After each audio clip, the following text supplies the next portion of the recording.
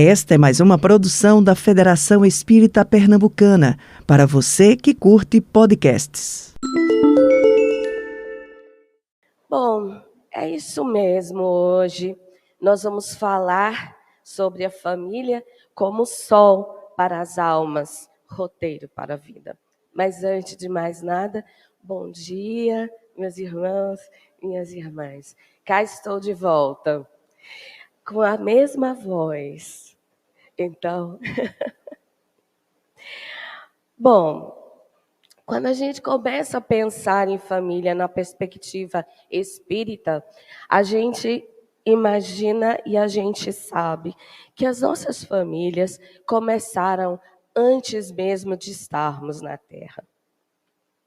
Na verdade, já formávamos uma família onde estivemos.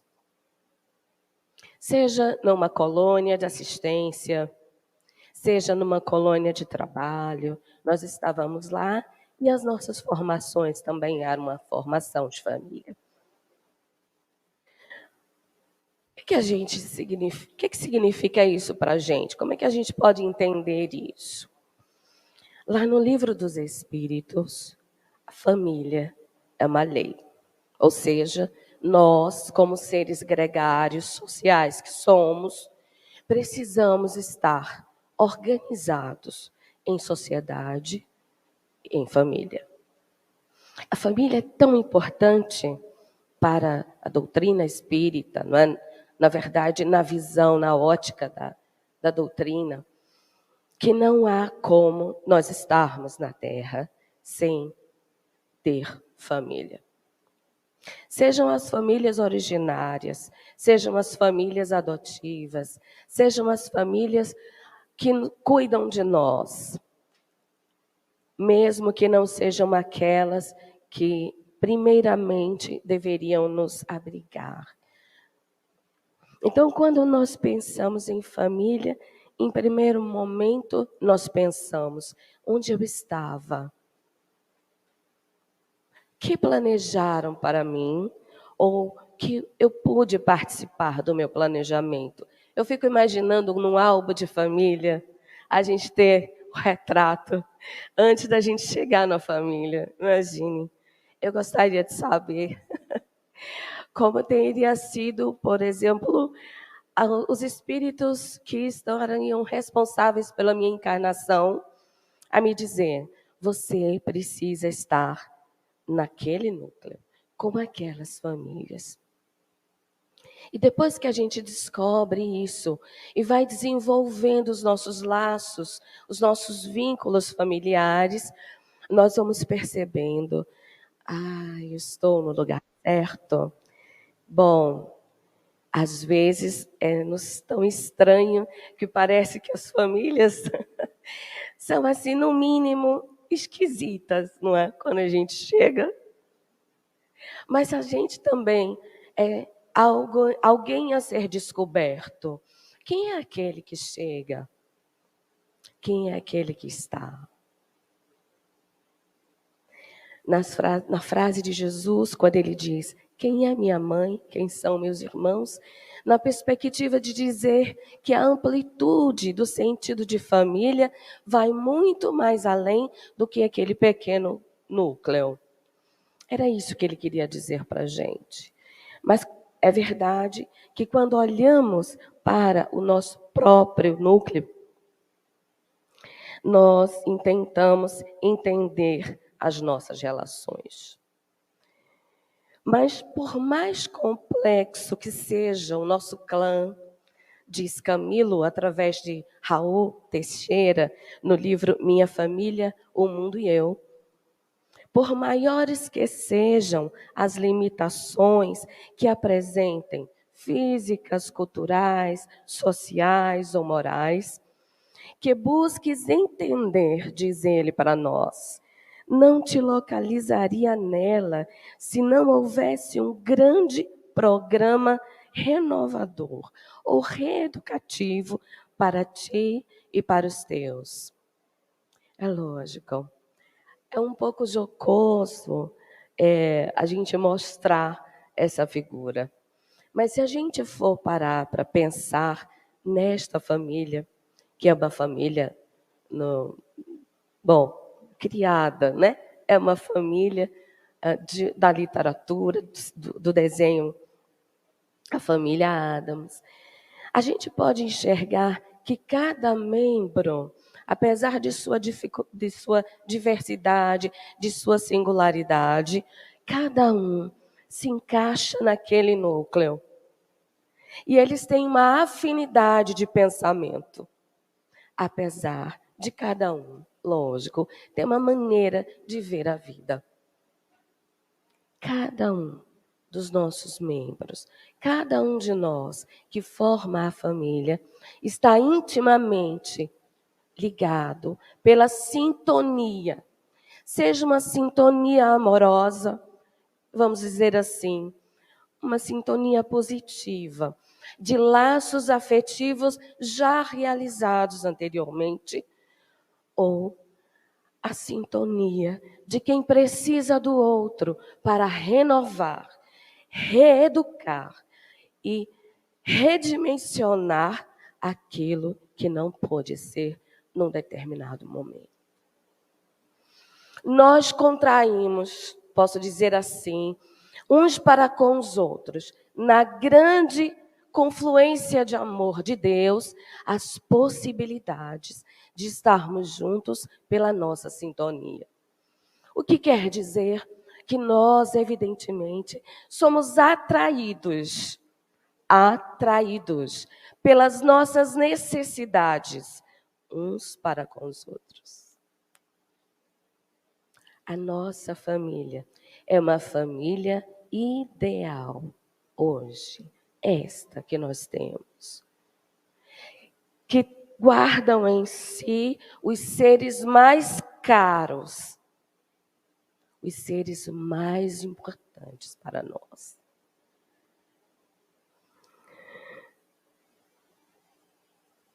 Diz Emmanuel em O Consolador: o colégio familiar tem suas origens sagradas na esfera espiritual.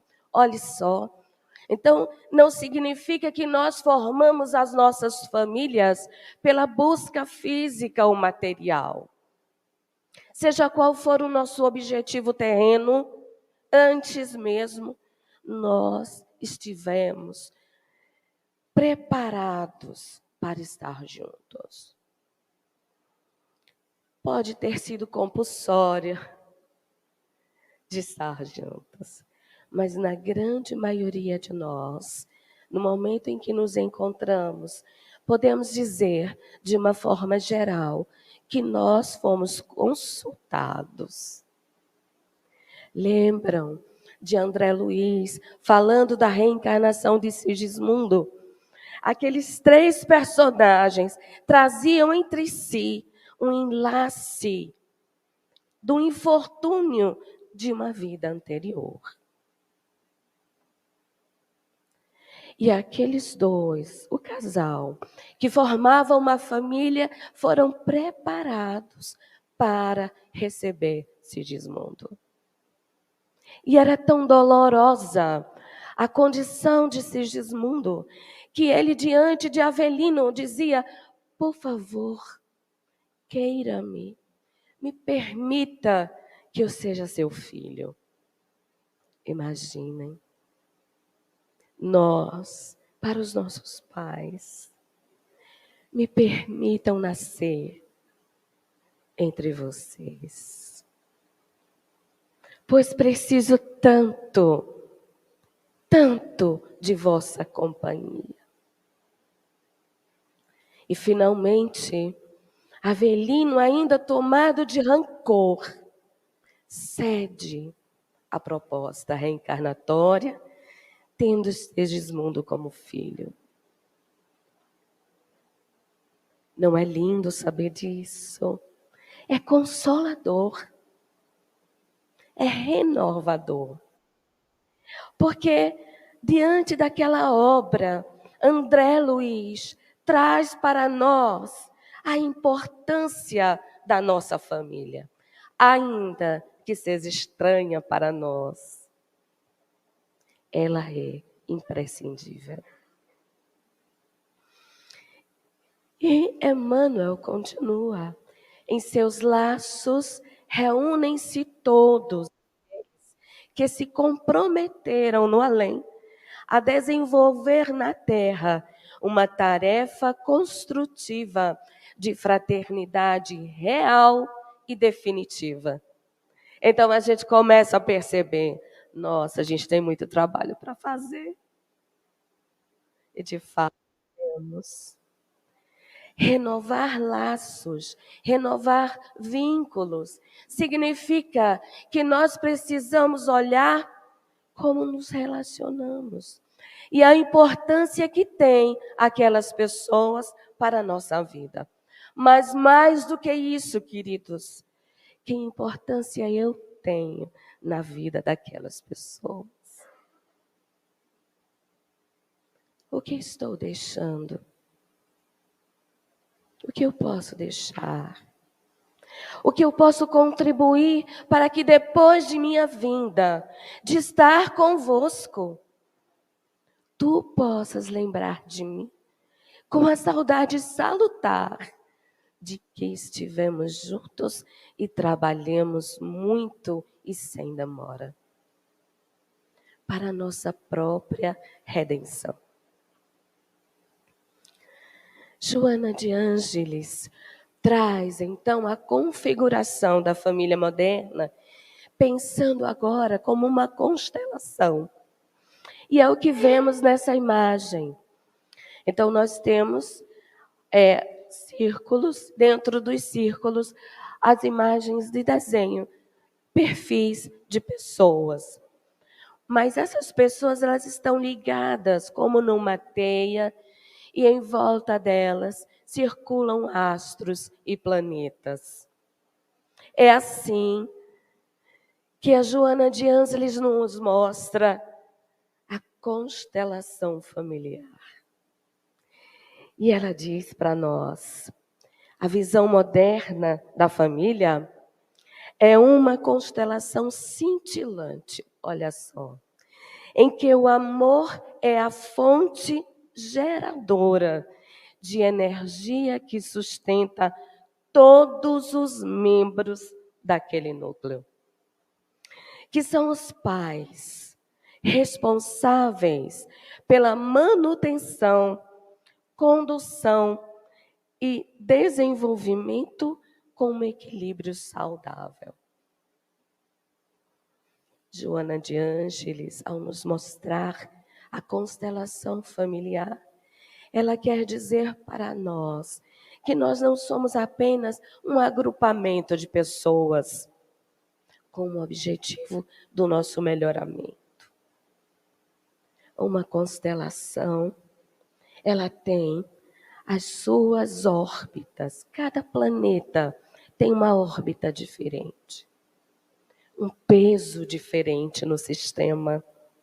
Pensando na constelação, nós pensamos num sistema vivo, dinâmico, que muda a todo instante.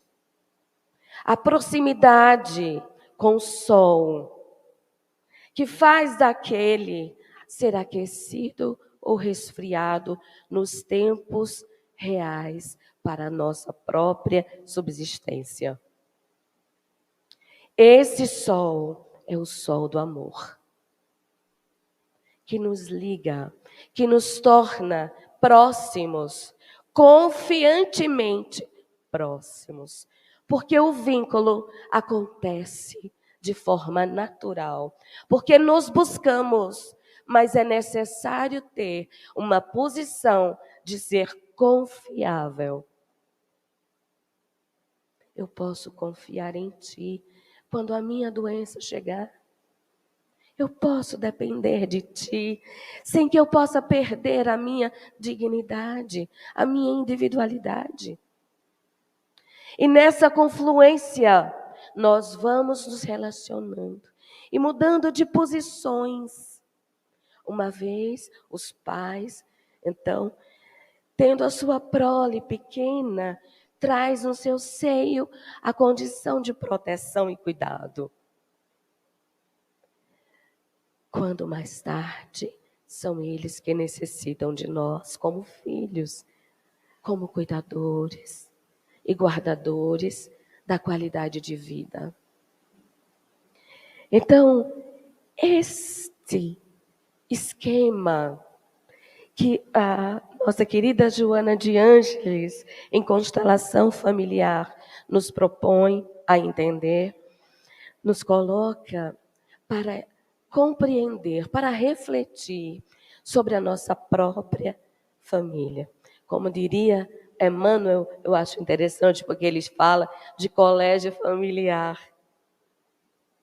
Interessante, não é? O colégio é uma reunião, onde nós também aprendemos e trocamos essas aprendizagens. Por onde estivermos, nós contribuímos para a atualização e a evolução daquele mesmo grupo que nos abriga. E ela continua a nos dizer, são os pais, as estrelas de primeira grandeza, olha só, cuja força gravitacional impõe-se aos filhos na condição de planetas à sua volta. Nós, como filhos, gravitamos em torno daquele que nos substancia, que traz calor, que nutre. Assim como os futuros satélites que voluntariam no seu entorno sobre a atração da afetividade. Sim. Ser uma estrela de primeira grandeza requer muito esforço. Requer de nós, principalmente, abraçarmos convictos da nossa primazia, da nossa responsabilidade, do nosso compromisso para com os satélites que precisam crescer e conhecer a sua própria rota. Porque mesmo que eu seja comparada, como Joana nos coloca, como uma estrela de primeira grandeza, cada um daqueles planetas tem a sua própria caminhada. Mas não podem estar sós. Porque é diferente de você ter o seu próprio caminho e caminhar sobre ele, as responsabilidades adquiridas por você, cada um de nós, nas nossas trajetórias evolutivas, é diferente do que estar só, na solidão. E sentir-se abandonado por aqueles que poderiam amar-me e nutrir-me a ponto de eu confiar nas minhas próprias forças. É assim que se dá o nosso colegiado. Mas em pensando e continuando ainda com a configuração desse esquema, a constelação familiar, nós precisamos dizer, cada um de nós precisa ter claro a função que nos é dada naquele seio familiar. Quando nós nos propomos a nos reunir com alguém, um parceiro, uma parceira, e viver um matrimônio, viver uma vida conjugal, nós precisamos entender que essa é, em primeiro lugar, uma experiência emocional. Então, como aprendemos a nos relacionar nas nossas origens, nas nossas famílias originárias, agora formando outras, geralmente buscamos a mesma configuração que está lá atrás. Sem entender que agora nós precisamos atualizar as maneiras de estar. E trazemos, sim, tanto as aprendizagens positivas, como também as nossas próprias frustrações. cada um dos parceiros, que têm vidas completamente diferentes, experiências domiciliares totalmente diferentes. Trazem para a sua própria constituição familiar a condição de como aprendemos a estar com o outro. O casal, ele precisa entender que ele precisa ajudar tanto a desenvolver os aspectos positivos quanto negativos do seu parceiro. Olha lá. Sabia? Nós somos também responsáveis por fazer o outro progredir ou estacionar. Antes mesmo que os filhos comecem a surgir, nós somos responsáveis por aquele que escolhemos estar conosco, andando e construindo uma família. Muitas vezes vou contar um segredo. Eu fico imaginando, quando eu partir, o que será que eu pude deixar para o meu esposo? Será que de fato eu tenho contribuído para que ele pudesse alçar voos que as suas próprias possibilidades requerem dele? Na condição mesmo de estar próximo e dizer, vai, você é capaz, eu sei disso. E de reconhecer no outro as suas habilidades, tantas já construídas há tanto tempo atrás. Porque olho mesmo para mim e fico imaginando, aprendi tal coisa, aprendi isso, aprendi aquilo. Essa visão dá para a conjugalidade a importância que o outro tem para nós. Minha mãe dizia, minha filha, casar é todo dia. Não é a festa, não é estar diante de alguém que diga agora vocês estão casados. Não é ir lá no cartório, assinar o nosso termo e ter uma certidão de casamento. Às vezes até nem precisa para nos sentirmos próximos. Casar é todo dia. E sabe, ela tinha uma grande razão. Porque nós precisamos nos perguntar, agora que sou uma outra pessoa, você me ama? Você casaria comigo? Agora que você está um pouco tão distante, porque foi a outras pairagens, renovar-se, buscar mais aprendizagens interiores, viver os seus próprios projetos pessoais. Eu quero estar contigo. E nós renovamos os laços todos os dias. Porque começamos a compreender a impressibilidade de estarmos juntos. A grande importância de estarmos juntos. Quando no Evangelho diz que o homem não separe o que Deus uniu, na verdade o entendimento é que nós que contraímos um para com o outro, os objetivos necessários de uma vida conjugal, de estarmos juntos e recebermos aqueles que necessitam de nós para progredir juntos. Nós precisamos também compreender que aquele foi um compromisso e que ninguém deveria se interpor naquele relacionamento a fim de não perturbar a relação imprescindível. Eu vou falar muito da minha família, porque é impossível não trazer as minhas próprias experiências. O meu pai, certa vez, me deu quase uma bronca. Eu ainda era iniciando no casamento e eu cheguei a ele e fiz uma reclamação. E ele disse: minha filha, quando a gente fala de quem convive, a gente fala das nossas próprias imperfeições.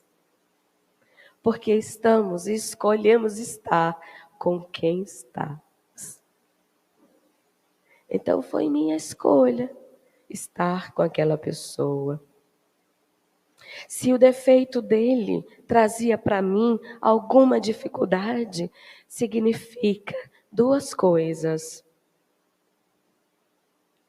Ou eu estou olhando para mim mesma, ou eu estou sendo muito rude ao não entender que cada um de nós tem seu próprio entendimento sobre a vida. E respeitar essa diversidade é importante para a manutenção da relação do casal. Os filhos são bênçãos que te chegam, diz ainda Joana, em Constelação Familiar. Alguns, gemas brutas para a lapidação, faze tua parte e prossegue tranquilo na direção do futuro e de Deus, o excelso Pai. Então, cada um tendo a sua função, é necessário que possamos olhar para os nossos filhos e vê-los que nós somos responsáveis, nós somos a configuração da autoridade em nosso lar. Nós precisamos acreditar que a autoridade está para a manutenção da vida, assim como o alimento está para o corpo. Compreender, aceitar a autoridade de alguém sobre nós, veja só, nos faz entender e aceitar a autoridade de Deus sobre nossa vida. A autoridade da lei dos homens, que precisa nortear a nossa vida em sociedade. Porque nós não podemos fazer o que queremos. É uma grave distinção que fazemos sobre a nossa responsabilidade. Sim, nós precisamos ser amistosos, amigos, fraternos, amorosos com os nossos filhos. Porque a autoridade não quer dizer a obstrução da individualidade. Mas que essa individualidade precisa aprender a viver coletivamente. Então, os pais, fazendo uso dessa autoridade, devem guiar, nutrir, controlar de acordo com as necessidades do filho. Claro. Eu sou a mãe de Marcelo, só. Fiquei devendo ao universo. Mas, se tivesse um outro filho, seria a mãe de fulano, diferente da mãe de Marcelo. Em cada momento que temos os nossos filhos, somos pais e mães diferentes, porque o tivemos com os objetivos necessários, de acordo com a necessidade daquele espírito imortal. Uns, já mais mansos, requerem de nós o nosso cuidado. Aqueles um pouco mais bélicos necessitam de nós um pouco mais de energia. Mas ambos necessitam de amor. Ter um filho aos 20 anos é diferente de ter um filho aos 32. Assim como é diferente aos 40. E assim por diante. A sua concepção de vida já não é mais a mesma. Os teus cuidados que tinhas tanto esmero com o primeiro filho, já começas a perceber que não precisa de tanto exagero assim. Minha mãe que o diga. Mas veja, nós somos pais e mães diferentes para os nossos filhos, porque também eles são pessoas diferentes, com suas singularidades, com suas perspectivas de vida, com as suas constituições das experiências que conseguiram há tempos atrás, com seus propósitos de vida, que são diferentes. Quando os irmãos dão-se conta do impositivo da união e conseguem superar as dificuldades emocionais, encontram-se mais bem equipados para o enfrentamento dos desafios existenciais. Só um minutinho.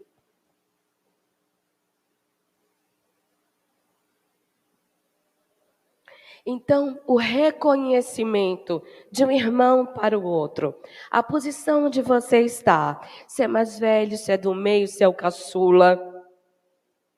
O primeiro geralmente ganha as roupas mais novas, né? O último, tadinho, já renova, manda a costureira organizar e tá tudo certo, não é? Mas sabe que para alguns irmãos mais novos, calçar os sapatos do mais velho é maravilhoso, porque às vezes os nossos irmãos mais velhos são a referência de autoridade também e de amorosidade. É aquele que me olha e que eu posso fazer o que eu quero e todo mundo vai desculpar. Geralmente é assim. O irmão do meio, quando não, é aquele que olha para um lado, olha para o outro e diz: é você quem eu quero. E nessa relação dos irmãos, a gente vai aprendendo a se respeitar, a entender a própria diversidade que lá está. Minha irmã dizia o seguinte: Aninha, quando nossa mãe brigava comigo, era uma coisa, mas quando você olhava para mim e levantava a sobrancelha, eu já começava a chorar. Mas por quê? Porque o que você falava, pela proximidade do cuidado, era praticamente quem cuidava e zelava por ela. Ela dizia: ah, você sabia de todas as minhas mentiras. Na verdade, era um truque. A sobrancelha, não deixem ela saber. Mas era um truque, porque eu olhava para ela, se essa menina estava aprontando, com certeza. E quem tinha que responder depois era eu, então eu precisava saber das coisas. Mas veja a relação que foi construída. Já o meu irmão do meio com ele, que tinha uma proximidade de idades ali, era um gato e rato, como a gente costuma dizer. E eles disputavam, gente. Disputavam o pai, a mãe, a irmã mais velha, o chiclete. Lembra do chiclete Plock? Horroroso. Mas eles brigavam e eu tinha que dividir. E ela ainda media para ver se os pedaços eram iguais. Porque ele não podia ganhar mais do que ela. Isso, Éden. Mas essa relação hoje, e lembrar dessa relação, é maravilhoso. Porque foi exatamente naquele instante que a gente vai descobrindo do outro as fragilidades e as fortalezas. É o contato do irmão, que pode ser um primo, como no caso de Marcel, que um dia deu um susto na gente. Alguém perguntou para ele: ah, Marcelinho, você não quer outro irmão? Aí ele disse: não. Aí a minha sogra disse: não, mas pede para sua mãe. Ele disse: não, eu já tenho. Eu parei o que estava fazendo e disse: meu Deus, o menino tem um irmão imaginário e eu não sabia, né? no mínimo. Aí eu disse, é mesmo, meu filho? Eu já comecei a procurar para ver se eu achava. E ele disse assim, é Lucas, meu irmão. Lucas é o primeiro primo, que são unha e carne. Nenhum dos dois delatou nunca nenhuma das trelas. Mas a proximidade da irmandade, da fraternidade ali no lar, ela precisa ser uma experiência vivida no dia a dia. E são os pais que vão regulando essa relação. Não pode bater no seu filho, no seu irmão. Por que você está fazendo isso? Ah, porque... Então converse com ele. Diga a ele que você não gostou do que ele fez. Olha só, a primeira lição da comunicação não violenta. Nós podemos dizer para o outro quando o outro nos incomoda. Nós aprendemos no lar. Mas se a família estabelece barreiras muito fortes, né? Barreiras até às vezes intransponíveis com o mundo extrafamiliar, os filhos, eles podem ter dificuldades de se inserir uns nos outros, né? Nos outros sistemas sociais.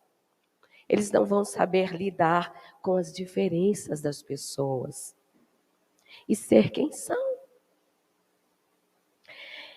Então, quando a gente vê que uma família, os irmãos, eles não conseguem resolver os seus conflitos entre si, aí nós precisamos intervir. Porque é óbvio, na nossa perspectiva espírita, podem ser espíritos que já estão, né, dentro de uma cadeia de reencarnações e que essa é a chance da renovação emocional, amorosa entre eles. Sim, podem ter sido rivais, podem ter sido pessoas que cometeram um delito uma para com a outra. Nós sabemos disso. Então, a atenção que precisa ser dada pelos pais é imprescindível. E sem autoridade, nós não conseguimos fazer isso. Diz Miguel de Jesus Sardano, na introdução de SOS Família. Ele fala, a família é um laboratório vivo de experiências e aprendizado. Uma verdadeira escola para a educação dos espíritos. Acho que não é necessário nenhum comentário sobre a fala dele. Porque, de fato, é necessário compreender que, apesar de nós trazermos à tona as nossas convivências amorosas, positivas, risonhas, alegres, não é? As nossas aventuras em família. É lógico que as nossas famílias precisam dar conta, muitas vezes, de grandes dificuldades. E é onde está o desenvolvimento espiritual, evolutivo de cada um de nós. Quando na nossa família, por exemplo, precisa aportar e ser cuidado alguém com deficiência, com um transtorno, com uma doença rara, com uma enfermidade. Toda a dinâmica da família muda. Lógico. Nós precisamos demandar para aquela pessoa as energias necessárias para a manutenção daquela vida. E antes mesmo de lamuriarmos-nos, é necessário agradecer, porque eis que pode estar ali o espírito que nós devemos muito, que nós temos decaído. Mas para além ainda dessa perspectiva, é um irmão que precisa de mim como mãe, pai ou irmão, porque os meus conteúdos espirituais me permitem esta relação, este relacionamento. Ninguém cai de paraquedas na nossa vida. Seja para nos revelar a nossa força interior, trabalhar e burilar as nossas habilidades, que ainda estão em germen e necessitam do outro para emergir. Seja para reafirmar a nossa condição de ser iluminado. Há também as rebeldias, a transitoriedade das nossas fases do desenvolvimento. Mais uma adolescente ou uma criança que requer de nós mais energia, mais amor. A compreensão de dizer, meu filho, que bom que você está comigo, mas é impossível que você faça o que quer. Porque eu, por mim, também não faço. Deus não nos permitiria perder-nos no novelinho do descabimento da nossa vaidade, do nosso orgulho. Quando nós chegamos numa situação do nosso distanciamento emocional, com os nossos parceiros, com os nossos filhos, porque às vezes é mais importante estar na tela e ter muitos seguidores, quando os nossos principais seguidores estão à nossa frente, nos requerendo de nós só um olhar. Olhar para o outro quer dizer prescrutar internamente quem é aquele espírito. E posso dizer para vocês, como educadora, isso faz tanta diferença. O nosso olhar sobre o outro, que é capaz até de resgatar um espírito diante de uma grande dificuldade. Da sua própria incredibilidade na sua força interior. Apenas porque olhamos para o outro, dedicados a encontrá-lo. Mas, quando ainda não é possível estarmos juntos e decidimos que nesta vida a gente não pode mais continuar, há ainda a possibilidade dos recomeços. Mas recomeçar uma nova família, seja qual for a configuração que nós escolhemos, também não é fácil. Precisamos observar o que na relação anterior nós deixamos de lado e que necessitamos agora investir.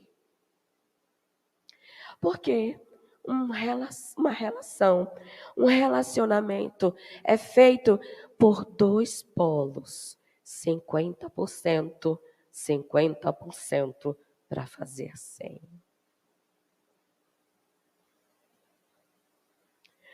O cuidado com os nossos pais, com os nossos idosos, a reformulação da nossa dinâmica familiar, de perceber que sim, nós precisamos, por mais duro que nos pareça, o cuidado com aquele que nos cuidou.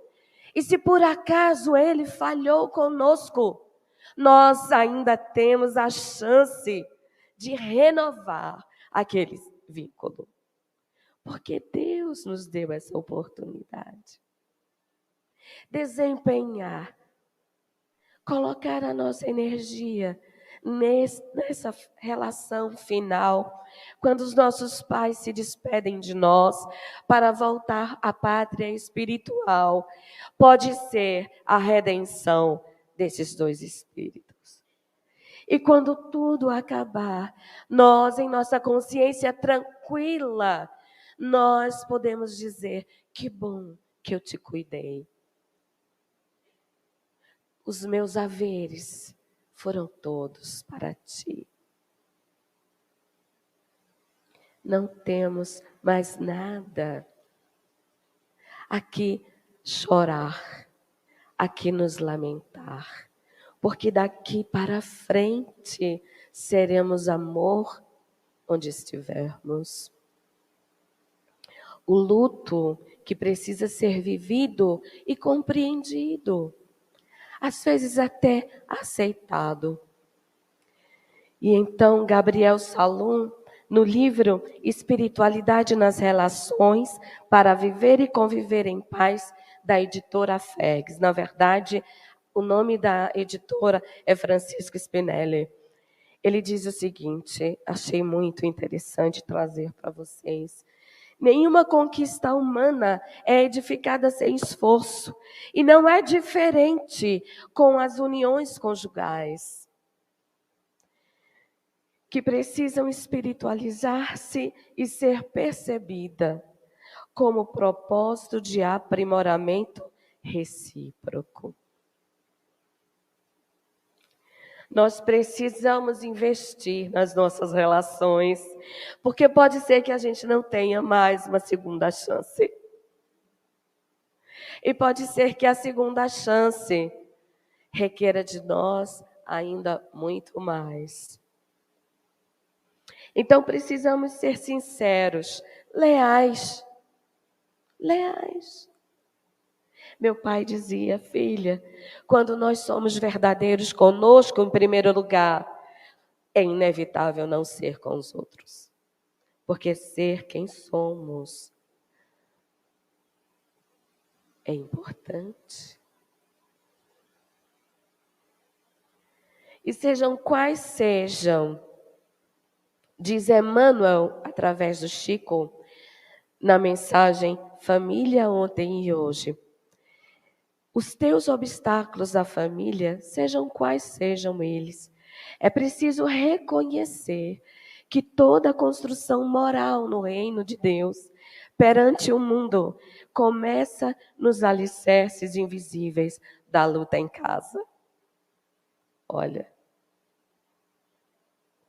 tendo abraçado as dificuldades do lar, aquilo que a gente chama de dificuldade, é só porque momentaneamente nós passamos por um momento de angústia, por não saber resolver aquilo. E nós precisamos entender a condição que vivemos naquele momento, aquela experiência, mas buscando em nós o que é necessário trazer à tona, ou mesmo o que é necessário começar a burilar, a aprender, a conviver. A família é tão importante que é exatamente nela que aprendemos a amar. Amar a vida, amar a nós mesmos e nos valorizarmos como pessoas. A valorizar as necessidades dos outros.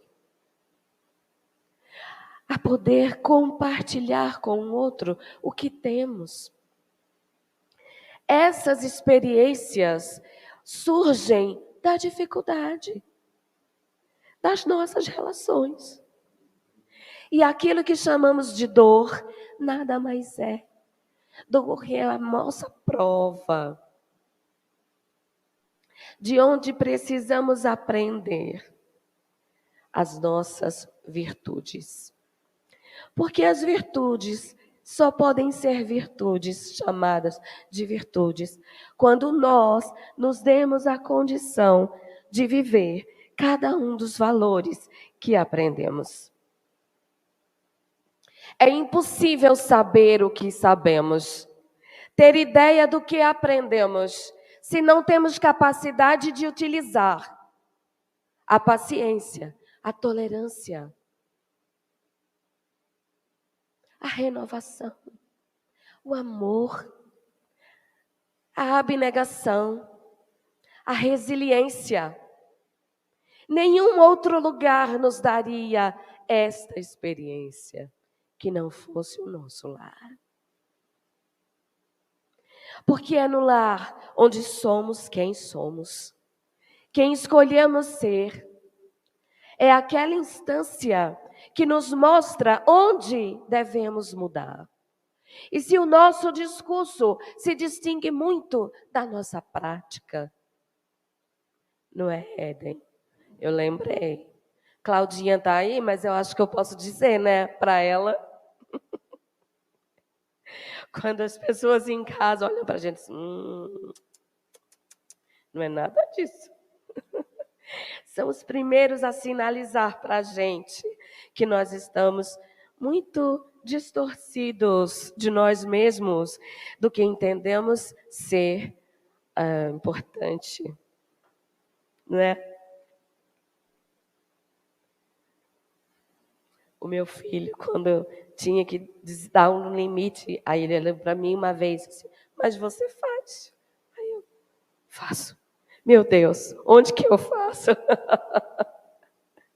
Então, Marcelo, naquele momento, me educou a ver que, apesar de minha preocupação legítima, eu talvez não tivesse um discurso próprio da minha fala.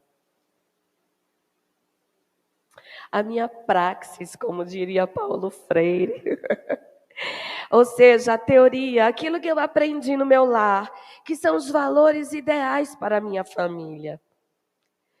Eu realmente os vivo ou eu espero que os outros o façam? Então, queridos, o nosso lar é necessário compreendê-lo, que existe uma estrutura quase hierárquica, que vivemos nele apenas, mesmo que a gente não consiga perceber. O nosso lar precisa representar um espaço de acolhimento para as experiências do Espírito. Porque onde mais nós podemos mostrar quem somos e esperar ainda sermos amados? Não seremos amados. Olha só. A convivência das singularidades, na diversidade, as nossas experiências que nos revelam quem necessitamos construir neste momento. O laboratório pode ser considerado de novas aprendizagens. Onde mais eu posso experimentar ser desobediente? Onde mais eu posso experimentar ser contrário a uma ideia? Colocar a ideia em xeque e ser aceito? Onde mais eu vou aprender a ser escutado e a escutar, a ver e ser visto? Onde mais? A nossa família, o nosso lar, precisa ser o porto de segurança e nutrição. E quando penso na nossa fala de ontem de manhã, olhando para o mundo, pode ser que as nossas famílias, antes mesmo de ver o fenômeno social que estamos vendo, ela já estava adoecida. Porque se quer dar seguridade a quem necessita e muito menos nutre o espírito com as melhores energias. Quantas de nossas crianças hoje relegam perdidas, esperando que alguém possa olhar para elas. E quem deveria protegê-las e guardá-las dos infortúnios que não necessitam viver, não o fazem. Nutrir-se de amor, nutrir-se das boas relações, das experiências, das energias salutares, de estarmos juntos e apesar de chorar num determinado momento, reconhecermos a nossa união. E dizer, para mim não tem problema se eu estiver contigo. A referência de princípios perante as decisões. é necessário olhar para as nossas famílias e perceber nelas o que de mais nós podemos oferecer. Santo Agostinho, em Evangelho segundo o Espiritismo, no capítulo 14, item 9, um trechinho bem rápido, ele diz assim, que desde o berço a gente precisa perceber o que a criança manifesta dos seus instintos bons ou maus, que traz em sua existência anterior, devendo nós, os pais, aplicar-se a estudá-los. Nós somos aqueles que guiam os nossos filhos. Nós somos os primeiros mestres da vida. Para que depois nós possamos estar tranquilos diante da nossa consciência e diante de Deus e dizer, eu fiz o máximo, Senhor, que eu podia. Mas infelizmente, aquele que tu me deste de tutela se perdeu mais uma vez. O que podemos fazer? Diz a mim. Mas infelizmente, apesar de tudo, ele trilhou um caminho doloroso. E reconhecermos que não é mais da nossa responsabilidade, mas o Espírito, que latente em determinada conduta, não conseguiu ultrapassar as suas próprias necessidades. Uma coisa é essa, outra coisa é dizer, e ouvir, que fizeste tu daquele que te entreguei a tua tutela?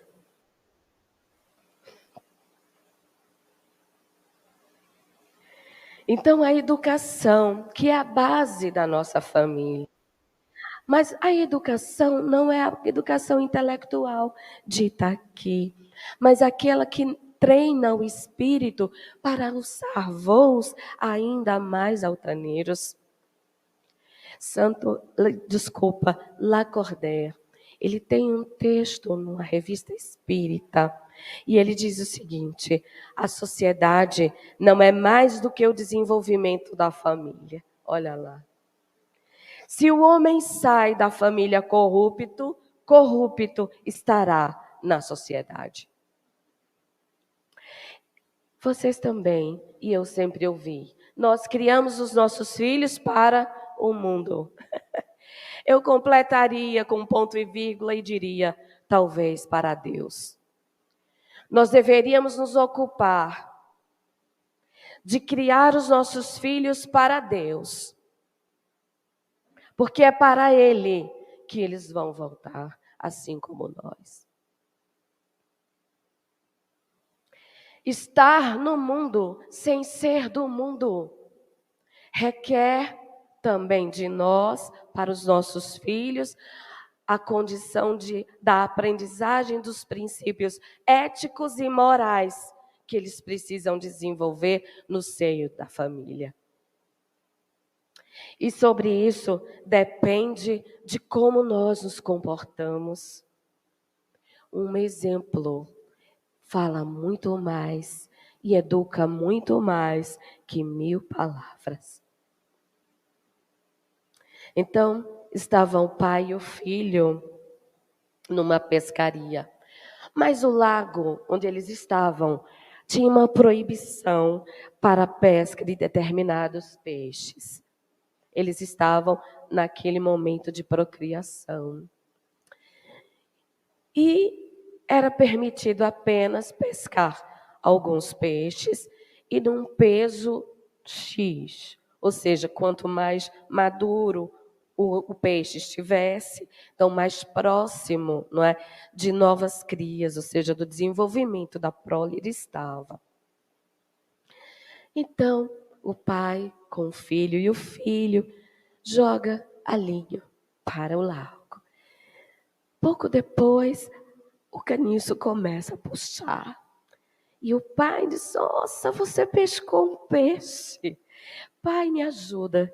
E eles conseguiram tirar o peixe do lago. Mas era um peixe muito bonito, pesado, grande. E o pai olhando para aquilo, enquanto o filho pegava, alçando a linha do anzol para pegar o peixe e guardá-lo, ele disse: filho, não podemos ficar com esse peixe.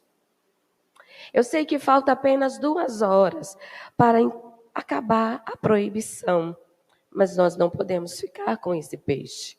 Não nos é permitido. E o filho começa a dizer: mas pai, veja como ele é bonito. Nós podemos fazer um belo jantar, mas nós não podemos ficar com esse peixe.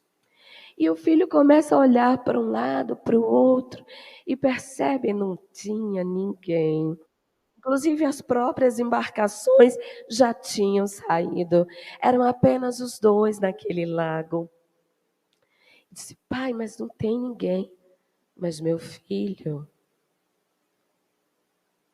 esse peixe não pode sair do lago. Devolva-o. E o filho, todo tristonho, joga o peixe de volta no lago. Ele disse: pai, eu não entendo. Não tem ninguém nos observando. Ele olha para o filho e diz: ah, meu filho. E o menino começa a olhar para um lado e para o outro. Será que eu não vi alguém? Deixei de ver. Quem? A nossa consciência. Porque, queridos, entender que a ética não é simplesmente uma questão de certo e errado. Agir corretamente quando não está sendo observado é uma coisa, mas agir corretamente quando ninguém está nos vendo, eis a ética, a importância da ética. Eu não estou fazendo e eu não vou fazer porque ninguém está me observando.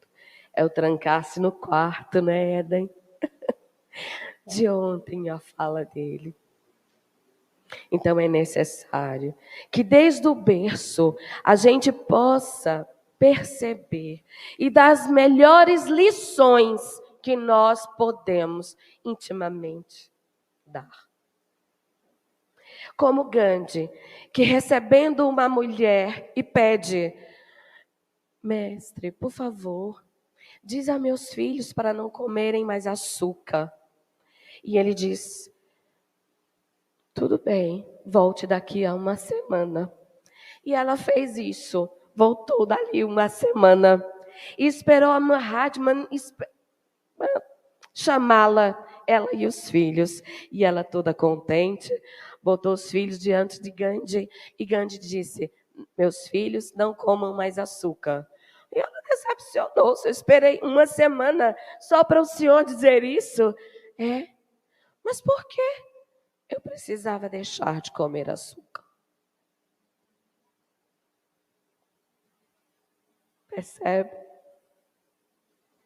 Porque senão a lição não seria válida. É o sim e o não. Em algumas orientações às famílias na escola, quando eu fazia. Então eu dizia para o pai ou para a mãe que estava conversando: esse menino, eu não consigo lidar com esse menino. Ah, tá, então vamos conversar. A criança só tinha 4 anos, mas a queixa da mãe era: eu não posso com esse menino. Então dizia: se a senhora que tem a tutela que irá, eu. Imagina, uma criança com 4 anos. Que tamanho de liberdade é essa que damos aos nossos filhos quando eles não têm condições de ter? Não é isso que Deus faz conosco? Acaso o nosso livre-arbítrio é ilimitado? É um cartão de crédito sem limite? Não. Nós somos limitados. Nós não podemos tudo. Então, que educação é essa que tentamos dar para os nossos filhos, que se distancia completamente até das leis naturais? E ela, pois é, professora. Eu não, olhe, vamos sentar, vamos conversar. Na hora que você diz não para o seu filho, o não, você acredita nele? Porque quando a gente acredita no que a gente diz para os nossos filhos, eles não vão dizer assim, vou tentar de novo. Não tentam. Porque sabe que existe uma regra clara naquela família. E aquela família não tem aquele tipo de comportamento. Mas também é preciso compreender e entender o nosso sim, as nossas liberações. Nós estamos liberando os nossos filhos a fazerem, a tomarem determinadas condutas que nós gostaríamos que eles fizessem. Ou apenas estamos dizendo sim para poder não ter tanto problema com aquele menino chorando junto de nós. Não é assim. Educar é o mesmo que fazer poupança. Os mais novos não sabem o que é isso não, mas a gente sabe que é poupança, né, gente? Fazer uma poupança é reservar um bem. Educar é fazer uma poupança. Sabe qual é a nossa poupança? A energia que a gente tem que gastar educando o outro a ver que a vida precisa ser vivida com cuidado, com respeito, com dignidade. Esses são os limites. Isso é educar. E eu poderia parafrasear um pouco a área de infância e juventude. Claudinha, me permita. Qual que é o objetivo primordial da família? A formação do homem de bem. Não é a evangelização. Não é a casa espírita. Tampouco a escola formal. É a nossa casa. Porque quando educamos os nossos filhos para serem probos, conscienciosos, respeitosos, ele não será além disso em qualquer lugar. Se pudéssemos ouvir Jesus dizendo para nós: deixai vir a mim as criancinhas. E as criancinhas aqui, meus amigos, leiam as criancinhas que dependem de nós.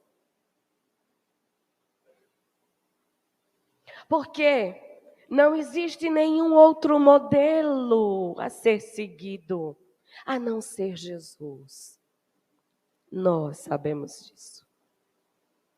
Entregar as oportunidades da intimidade com Deus, de conhecer Jesus, é o nosso primeiro inalienável trabalho que temos em nossa família.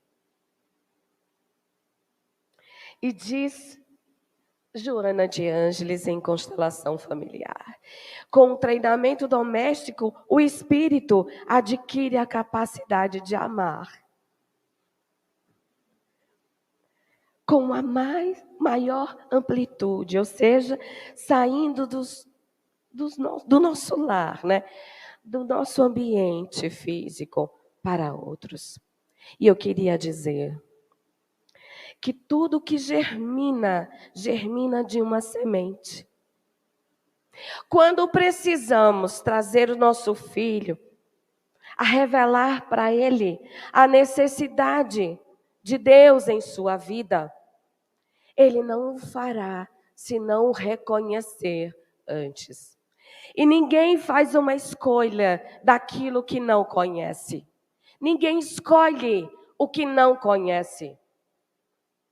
Esperar que os nossos filhos resolvam a desinência religiosa que vão assumir em suas vidas ou não, não pode ser relegado irresponsavelmente apenas para ele. Ah, mas como fica o livre-arbítrio? Fica exatamente depois que você compreender. Vou contar outro segredo para vocês. Eu acho que o Marcelo não está aqui.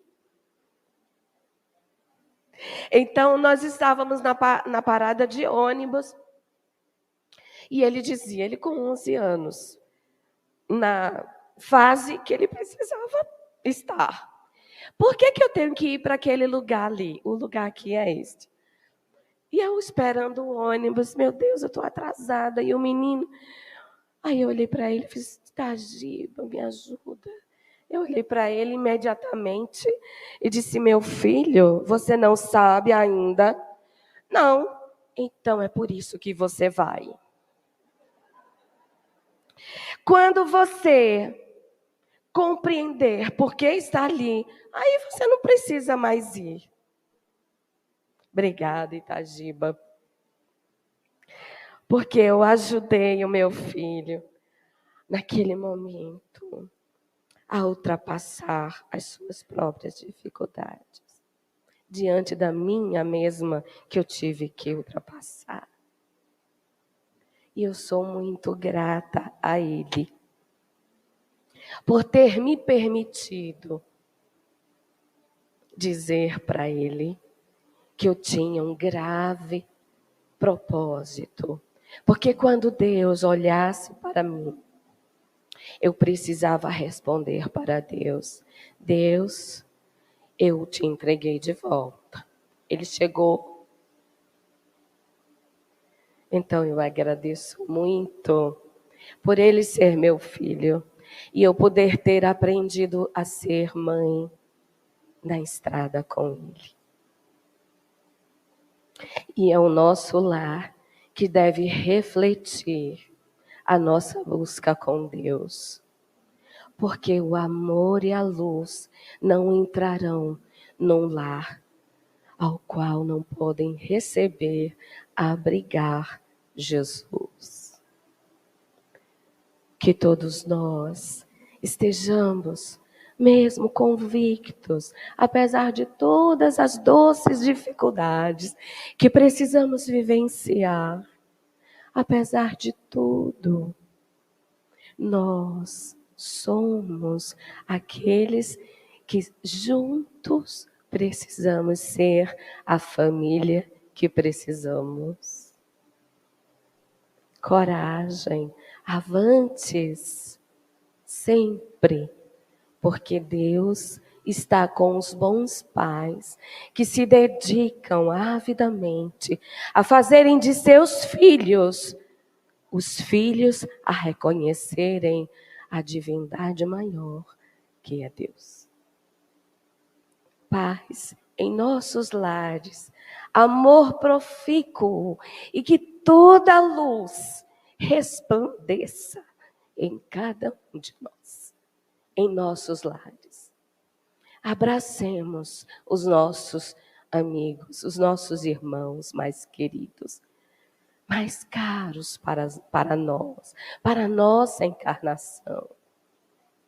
E se nós não pudermos e não conseguirmos dizer, eu te amo, pergunte, você está bem? Foi tudo bem com você hoje? Você está cansado? Não esqueça o casaco. Alimente-se bem. E nós seremos reconhecidos de volta na pátria espiritual.